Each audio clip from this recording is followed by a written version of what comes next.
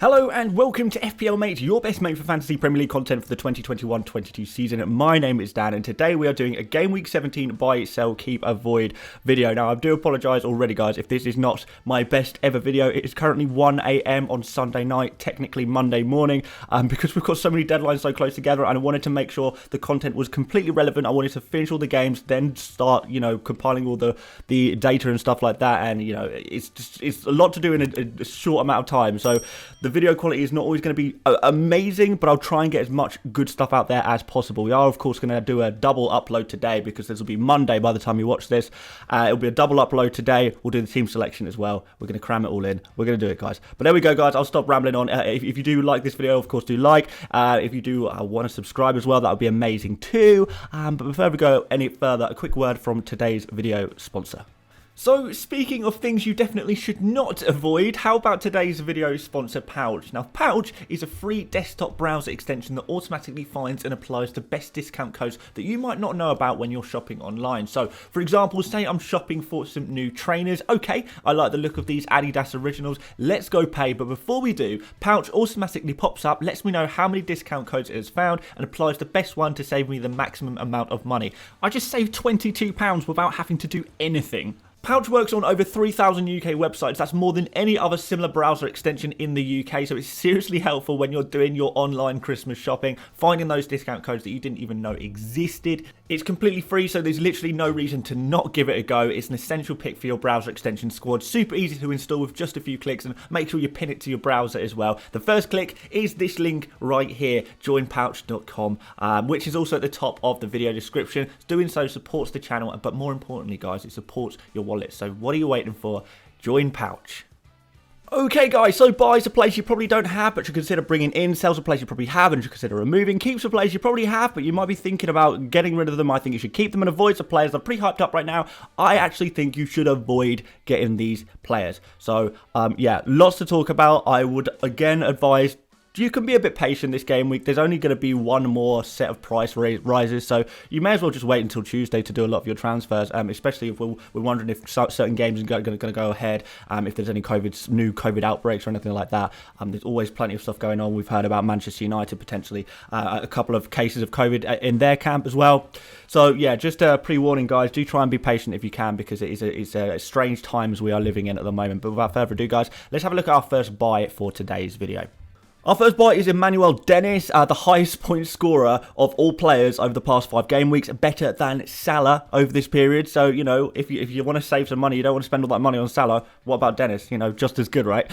He's the most informed striker in the league, which, believe me, is something that is so hard to come by this season, guys. You know more than anyone.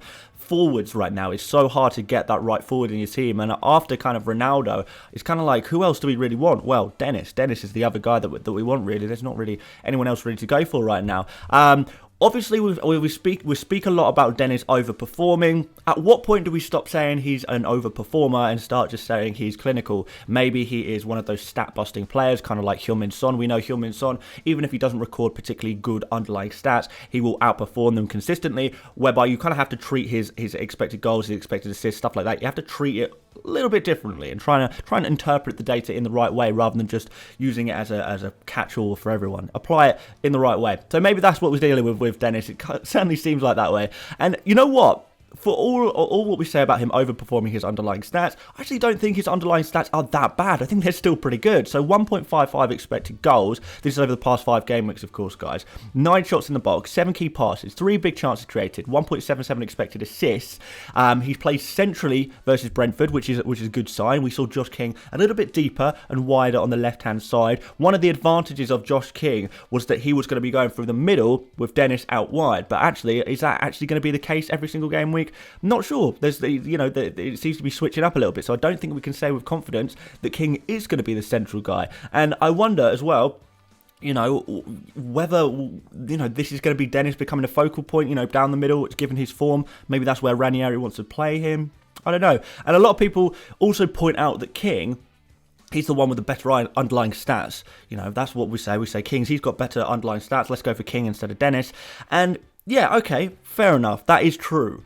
Over the past 5 game weeks, over the past 6 game weeks, yeah, that's true. until you take out the game week 12 where Watford battered Manchester United. If you remove that individual game, and I know it's, I know maybe that's being selective or whatever, but if you remove that particular game from the stats, then actually suddenly Dennis actually has the better underlying stats of the two players. Over the last 2 games, 3 games, 4 games, Dennis has the better underlying stats. When you take it to 5 games, King's got the better underlying stats because of that Manchester United game. Even the game after that. Still, Dennis is looking better other than that one game. So, yeah, okay, maybe a lot of us were wrong about this. Maybe we read the stats a certain way. Maybe we need to reevaluate what we think about Dennis. Now, the only thing I will say about this, guys, is that what we do know is that there's a good chance that Dennis is going to miss some games through the African Cup of Nations, Nigeria. Obviously, they're a team that he's likely to play for in the tournament. They're not one of the favourites in the tournament, don't get me wrong, not one of the top favourites anyway, so we don't know how many games he's going to miss, but certainly from game week 21, which is in 4 game weeks' time, Dennis is very good chance that he will be missing from Premier League action for at least 2 game weeks kind of thing. So, yeah, just something to bear in mind, but, if he does well over the next 4 game weeks, you're not going to care, are you? Our next buy is Bernardo Silva, so even without that dodgy penalty assist, Bernardo played well again against Wolves. Still really goal hungry, 3 shots in the box. Aside from the penalty, he looked like the most likely to score player on the pitch as well, I thought, as he does in pretty much every Man City game, to be fair. His stats in the last 5 are, still phenomenal. 10 shots, all in the box, 3 big chances, 2.31 expected goals, 9 key passes, 1 big chance created, and 1.16 expected assists. I really like these fixtures as well. Newcastle, Leicester and Brentford in particular, there's going to be a lot of goals in those games, you can imagine. And the problem is, even though we can say, I really like these Man City fixtures, we do know that City do rotate heavily, or we're expecting them to rotate heavily, particularly when the games are all close together. So we do need to find that nailed on player. And Bernardo, I think, is going to be that guy. Partially because he's so versatile, he can play in a number of positions, but mainly because Pep has literally come out and said that Bernardo is the best football player in the entire league. So Pep Guardiola rates Bernardo as the best football player in the Premier League. So does that make him as nailed as, when Kevin De Bruyne a couple of seasons ago, he was on absolute fire, really consistent. He was fit for a full season, which obviously really helps. But he was playing every single game week for Pep because he was the best player. He was the best player in the league, right? And you can't drop the best player in the league, right? Are we going to get the similar situation? I do think that Pep Guardiola is happy to actually start some players every single game week. We've seen it with Cancelo, we've seen it with Bernardo this season already, we've seen it with KDB in seasons gone by, we see it with Ruben Dias last season. There are some players that he is actually willing to play every single game, so maybe we can't apply this fear of Pep rotation to every single player. Sometimes there might be some exceptions to the rule. So I know a lot of you guys will be already owning Bernardo, but if you don't, I think this could be a really good time to jump on him. On to sales, we've got Marcus Alonso. I think it could be time to lose the Chelsea defensive double up.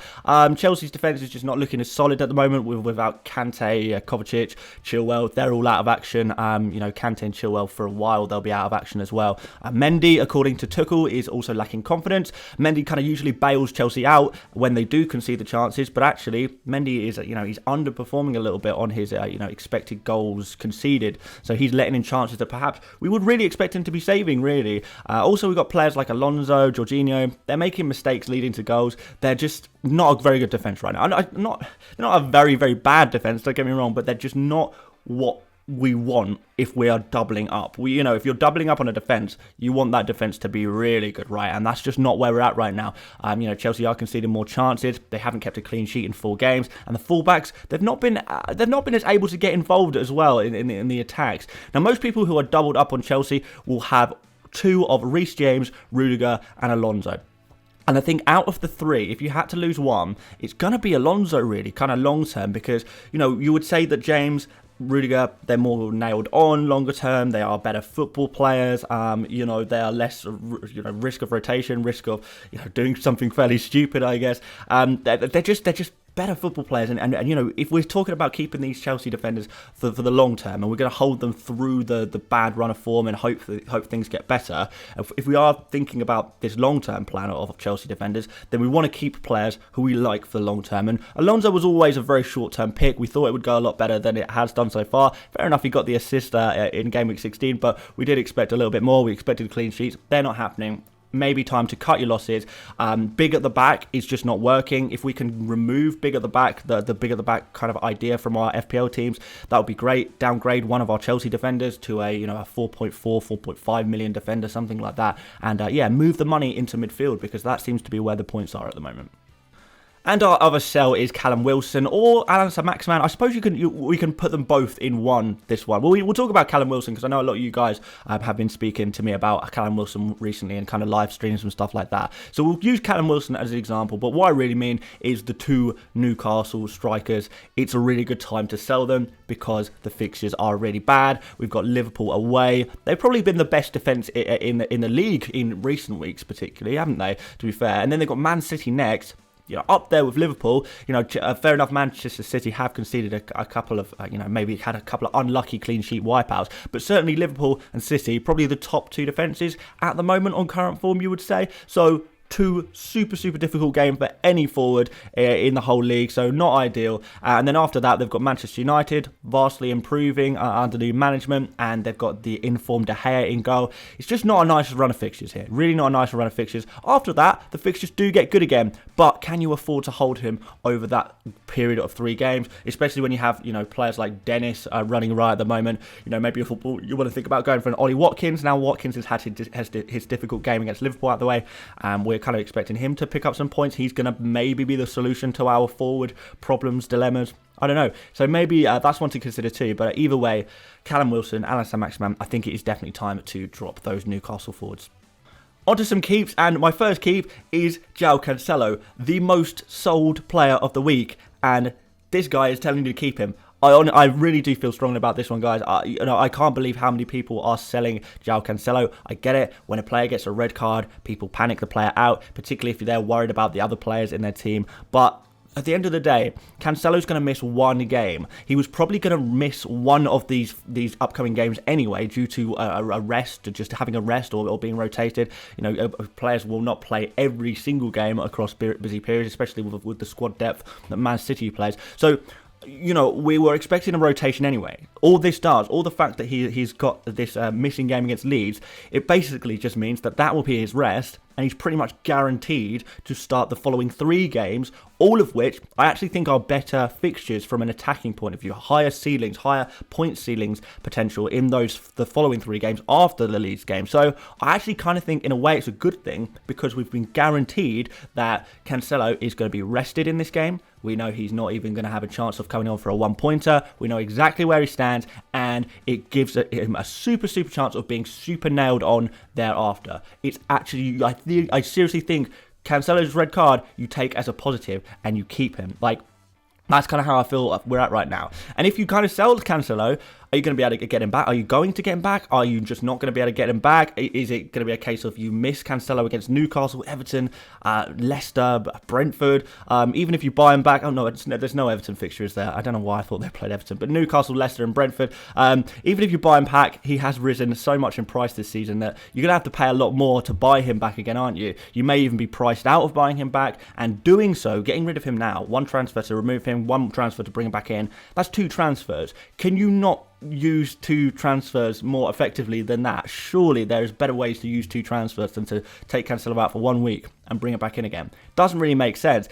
He's still the 2nd best defender in the league to own in FPL after Trent.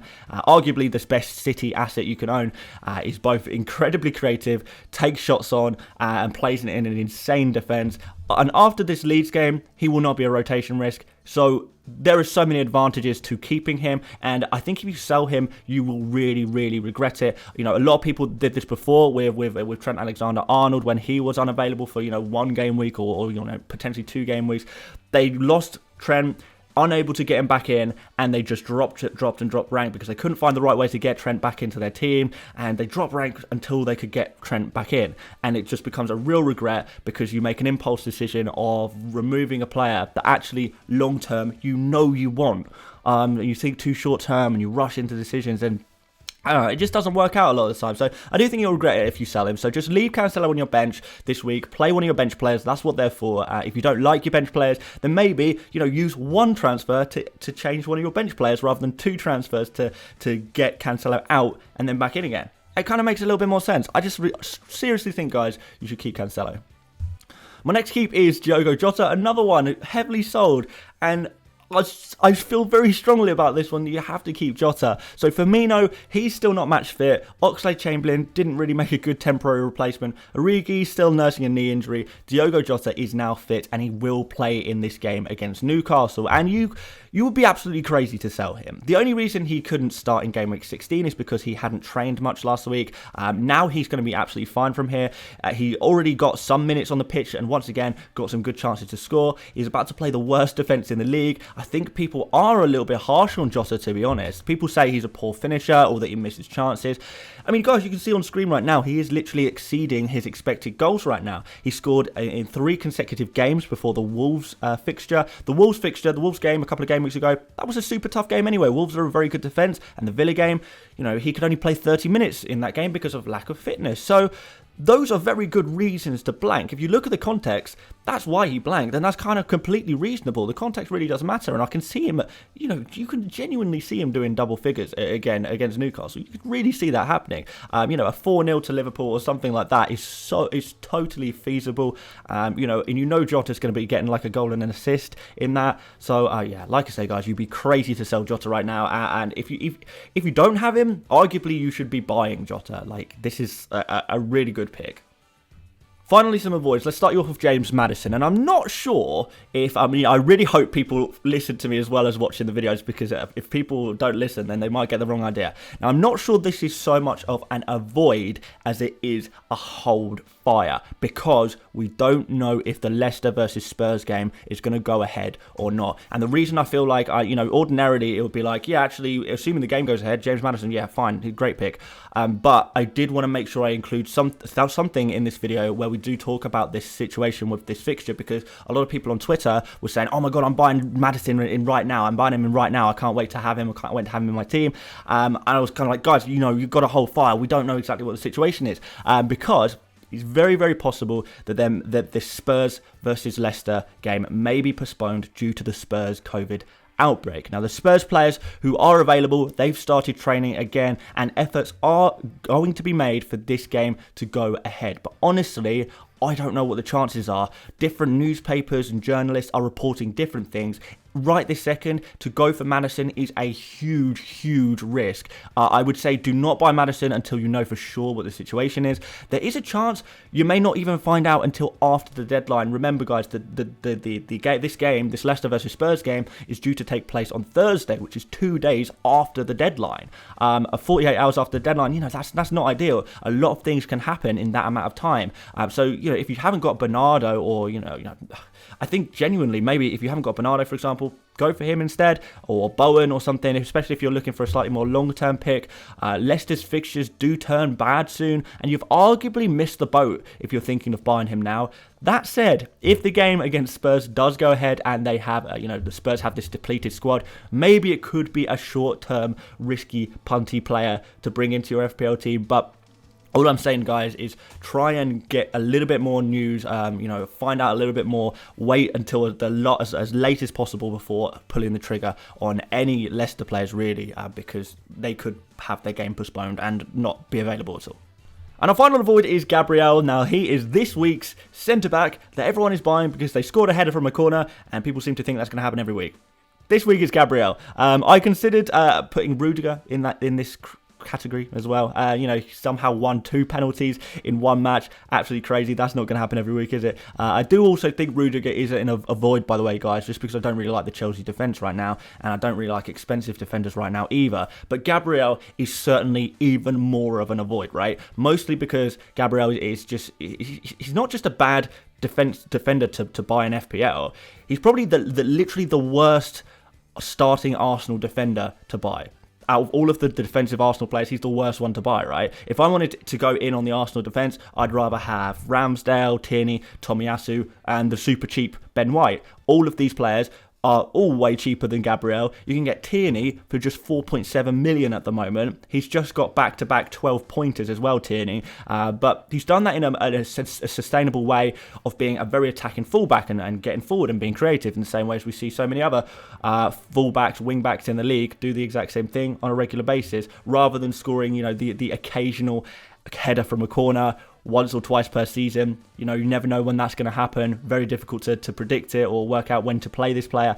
Also, I'm just not sure that going for an Arsenal defender is an amazing idea ahead of this tough West Ham game as well. I'm not sure if that's the right move necessarily. After that, to be fair though, I do like Arsenal's fixtures quite a lot. But yeah, I definitely would not be transferring in Gabriel right now. He is just a really odd transfer. For those of you who take your FPL quite seriously, you will know that he's not gonna score a header from a corner every game. It's probably not even going to happen every other game or every third game or fourth game. It's going to happen once or twice, probably for the rest of the season. And there's no way of you predicting when that's going to happen. So you may as well just get a different Arsenal defender if you are set on an Arsenal defender. So in summary, guys, Dennis and Bernardo are this week's hot properties, I suppose. If you haven't got them already, they both make great transfer targets. I think it is the end of an era for the Chelsea defensive double-up. Big at the back is pretty much dead, so we need to start planning on downgrading and moving our money into midfield. You absolutely must not sell Jota, guys. Do not sell Jota, and try and wait for confirmation on that Spurs game. Make sure it's going to go ahead before you jump on Maddison or some other Leicester players, or maybe don't even risk it and go for someone else if you're feeling a little bit safer. And finally, stop buying centre-backs the week after they score corner headers. Stop it, guys.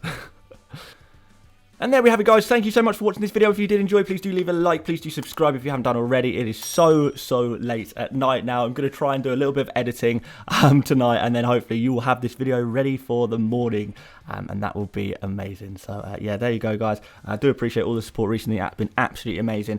I'm looking forward to doing my team selection video later on today. So yeah, look forward to that. Have we got a green arrow this week? I don't know. Let's find out. But you'll have to wait and see on that one. But yeah, there we go, guys. Thank you so much once again for watching, and I'll see you later, mates. Bye-bye.